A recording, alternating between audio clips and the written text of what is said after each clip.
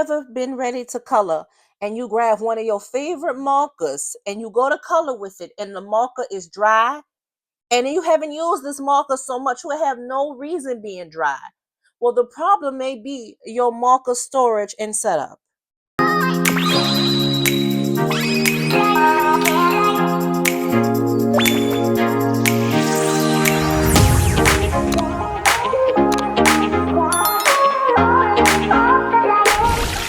Hello, my name is Jonquel Art. If this is your first time, welcome. This is Hobby Hoppin' Heifer Headquarters, and I am your main mistress and creator and founder, the #1 Hobby Hoppin' Heifer, Jonquel. Hello, thank you for being here today for my TED Talk.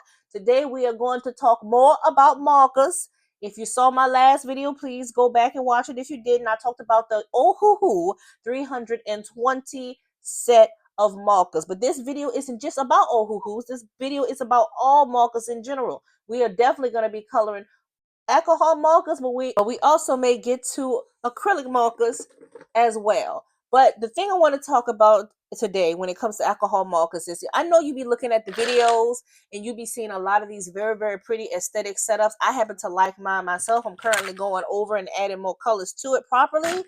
The thing is, this is not just for aesthetics. You have to have a proper marker setup to ensure longevity of your markers. Now, yes, certain markers like Ohuhu do come with like a 6 month, I believe it's a 3 to 6 month guarantee that they will work, but we want them to last a little bit longer than that. We put our money in, we want them to last.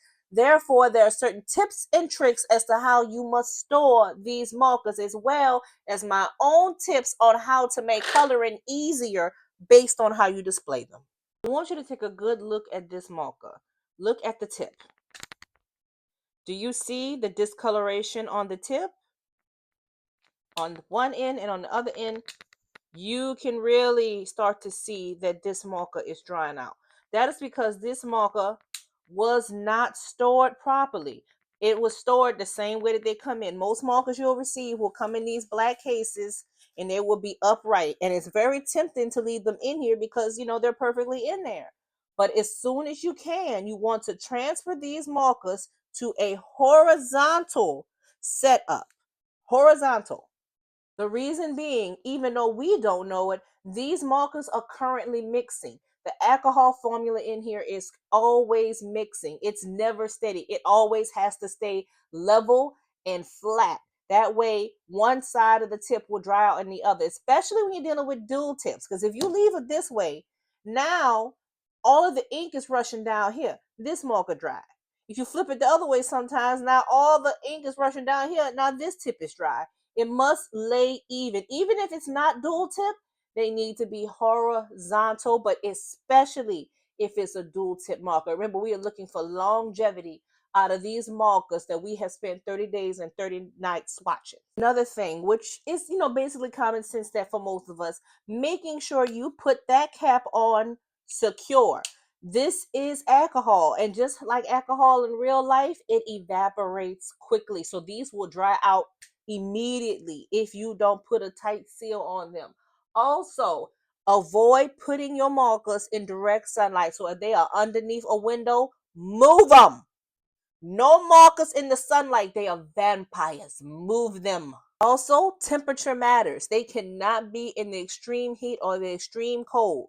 Okay, they are very much princesses and must be kept at the perfect temperature at all times. So if you are trying to keep them from place that's usually warm, you might want to move them someplace cooler. Remember, you want them even temperature in a dark place. Vampire. And lastly, about storage, please invest in a good storage unit for your markers. I have here, like I mentioned earlier, a 360 marker bamboo or wood storage unit. I know that the wood ones are kind of expensive, but if you shop around, you can find different alternatives. The most important thing is to have your markers in a way that they are laying horizontal. And doing this can only go for so long. This can only go for so long because this is not truly aligned. They're all kind of way on each other. And you may be able to get away with this for a little bit, but this ain't look at the thing is flopping. This ain't professional, y'all. You invested your money in the markers. Invest your markers a good home for your markers, excuse me. Put them in a good home. You just got them looking any kind of way.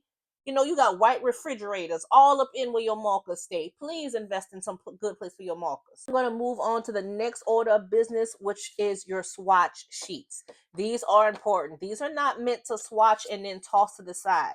These are pivotal when it comes to putting your markers on display and having ease when it comes to actually doing your colors. If you want to streamline your coloring process and not be sitting there going, well, maybe if you can streamline them by using swatch cards, but not these, not the ones that come with the books.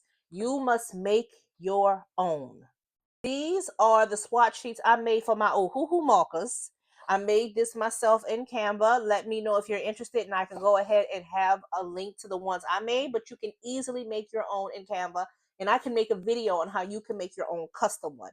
What I did is once I arranged my markers, out the way, once I arranged my markers the way I wanted them to be, I went in and I started to swatch according to the way that my markers are set up. So I always know the order. Why this is important for me in particular, because I know exactly how my stuff is lined up according to how I want to shade. Meaning that I know that I have my lighter reds and my darker reds. So it's easy for me to go in there and pick out a light, a medium, and a dark. So now I could blend perfectly. So this is arranged that way for me, and it arranged in a way that it makes sense. I explained the arrangement in the last video. Please go by and look at it. But I want to encourage you all to go ahead and make sure that you have your own swatch sheet that is personal to you, that makes sense to you, and lines up with how you got your markers arranged. Now, I only have 2 pages done so far. I still have to go through. And then once you go through and say you were like me, you had a coloring session, you had all these markers out, now you know where to go back and put the markers. They are always going to be put right back in the correct slot because you have these swatched in order. Tips, swatch them according to the value scale so that you're going from your lights to your darks, that you're going from your different hues and your different shades. That way it's going to be so much easier when you have to do blending. Like, it's already preset up for me to do my blending, so I know if I wanted to make this, I know I could pick this color and maybe this color and then this color, and it'll all work together because they're all complementing each other and they're all in order.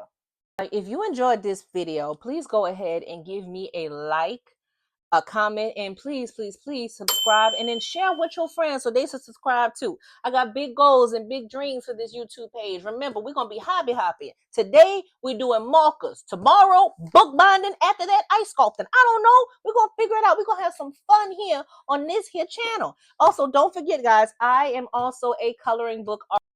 My sound cut out here, so I'm going to just do it in voiceover. This is my coloring book, Vibe in Color, Volume 1. I also have a Zodiac Dreams coloring book and a Bridgerton-inspired coloring book coming out hopefully as soon as next month. But the big announcement I have is I am going to be doing a workshop on skin tone and blending. Please sign up for the mailing list so you'll be the first to register so it doesn't sell out on you. As always, if you enjoyed this video, give me a like, comment, and subscribe. Have a great day.